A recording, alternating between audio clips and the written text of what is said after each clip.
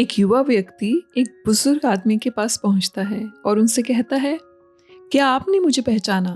बुजुर्ग आदमी जवाब देते हैं, नहीं। तब युवा व्यक्ति बताता है कि वे उनका छात्र था। शिक्षक पूछते हैं, अब तुम क्या करते हो? जीवन में क्या कर रहे हो? युवा व्यक्ति उत्तर देता है, मैं एक शिक्षक बन गया हूँ। बुजुर्ग मुस्कुराकर कहते हैं, अच्छा, मेरी तरह?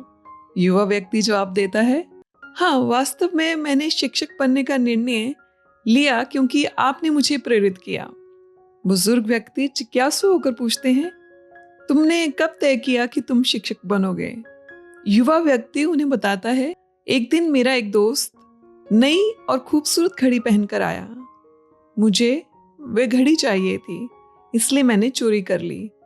कुछ देर बाद मेरे दोस्त को एहसास हुआ कि उसकी घड़ी गायब है और उसने तुरंत हमारे शिक्षक यानी आपसे शिकायत की। फिर आपने पूरी कक्षा से कहा, आज कक्षा में एक छात्र की घड़ी चोरी हो गई है। जिसने भी ली है कृपया लौटा दें। मैंने घड़ी नहीं लौटाई क्योंकि मैं पकड़ा नहीं जाना चाहता था। तब आपने दरवाजा बंद किया और हम सभी को खड़े होकर एक घेरा बनाने को कहा। आपने कहा कि आप हम सभी की जेब की तलाशी लेंगे, लेकिन केवल तभी जब हम सब अपनी आंखें बंद कर लेंगे। हमने आपकी बात मानी। आपने एक एक करके सभी की जेब देखना शुरू की। जब आप मेरी जेब तक पहुंचे तो आपको घड़ी मिल गई, लेकिन आप रुके नहीं। आपने सबकी जेबों की तलाशी जारी रखी। जब तलाशी खत्म हुई तो आपने कहा, अब आप अपनी आंखें खोल सकते हैं, हमें घड़ी मिल गई है। आपने कभी मेरा नाम नहीं लिया। आपने कभी किसी से नहीं कहा कि मैंने चोरी की थी।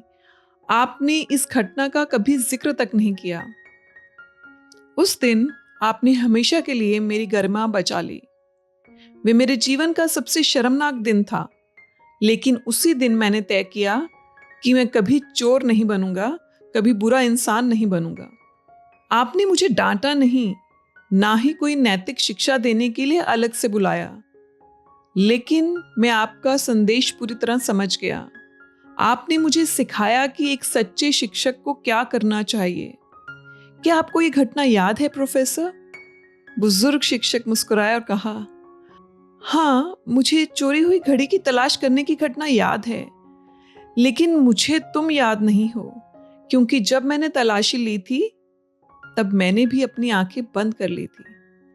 यही सच्ची शिक्षा का सार है। अगर सुधारने के लिए आपको किसी को अपमानित करना पड़े तो आप सिखाने की कला नहीं जानते।